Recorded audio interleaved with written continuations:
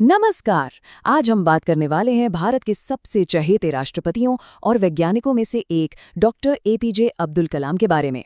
चलिए उनके जीवन के उन खास पलों को समझते हैं जिन्होंने उनकी इस असाधारण यात्रा को एक शक्ल दी। तो आखिर कौन थे एपीजे अब्दुल कलाम? क्या वो बस एक वैज्ञानिक थे, एक राष्ट्रपति, या फिर जैसा कि सब कहते हैं जनता के राष्ट्रपति? चलिए इस सवाल का जवाब ना उनकी जिंदगी की कहानी में ही ढूंढते हैं।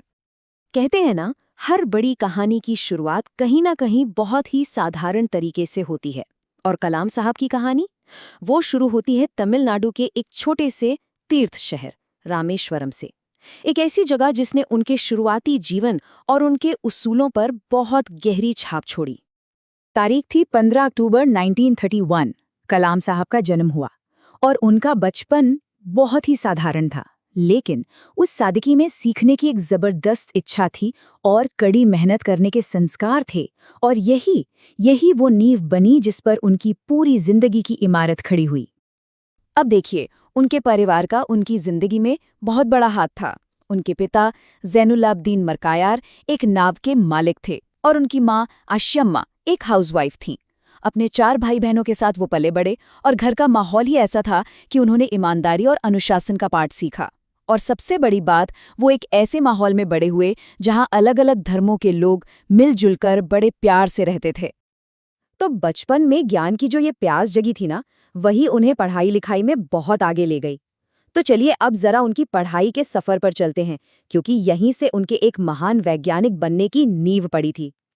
बात है 1955 से 1957 के बीच की। उन्होंने मद्रास इंस्टीट्यूट ऑफ टेक्नोलॉजी और अन्ना यूनिवर्सिटी से एरोस्पेस इंजीनियरिंग की पढ़ाई की। और पता है, यही वो जगह थी जहां रॉकेट और हवाई जहाज़ों के लिए उनका जो जुनून था, उसे एक मजबूत वैज्ञानिक समझ मिली। यहीं से वो रास्ता खुला जिसने आगे चलकर उन्हें भारत के स्पेस और मिसाइल प्रोग्राम का एक अहम हिस्सा बनाया।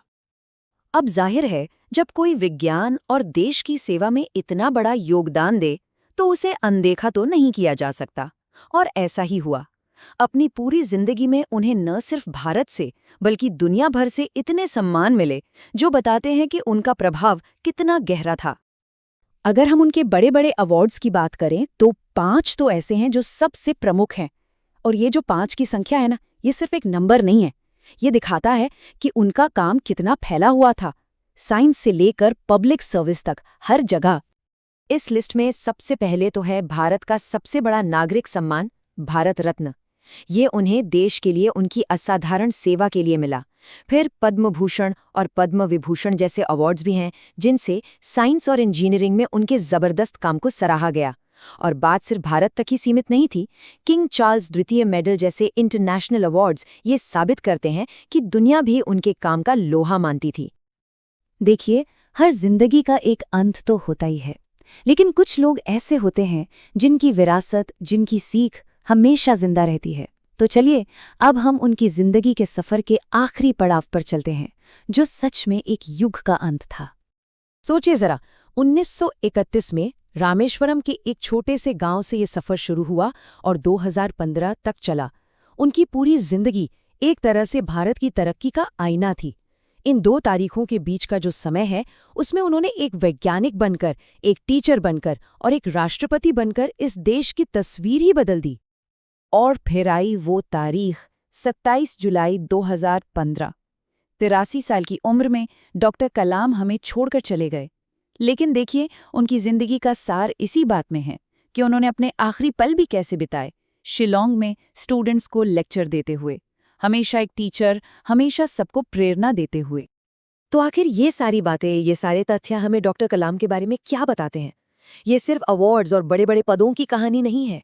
ये इशारा करते हैं एक ऐसी विरासत की तरफ जो इन सब से कहीं कहीं ज्यादा बड़ी है।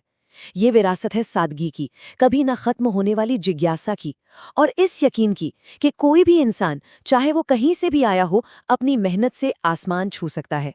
और यही वजह है कि उनकी कहानी आज भी करोड़ों लोगों को प्रेरणा देती है।